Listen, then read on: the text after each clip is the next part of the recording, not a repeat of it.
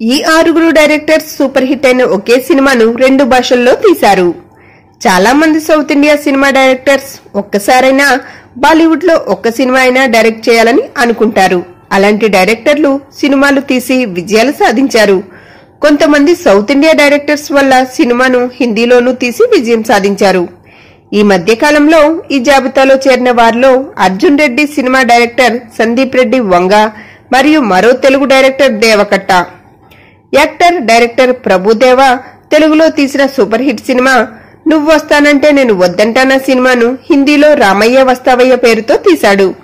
మరో సెన్సేషనల్ తమిళ director AR Murugadoss తమిళ్లో సూర్యతో తీసిన గజనీ సినిమాను హిందీలో అమీర్ ఖాన్ తో అదే పేరుతో తీసి బ్లాక్ బస్టర్ సినిమా సాధించాడు.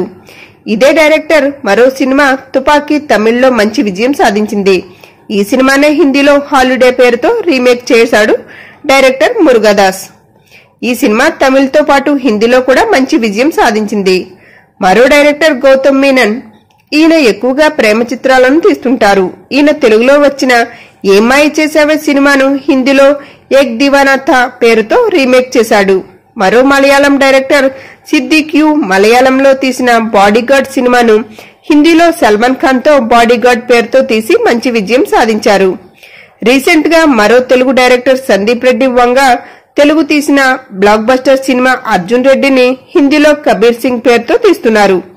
మరో తెలుగు డైరెక్టర్ దేవకట్ట తెలుగులో తీసిన సూపర్ హిట్ సినిమా ప్రస్థానంని హిందీలో కూడా అదే పేరుతో తీశారు.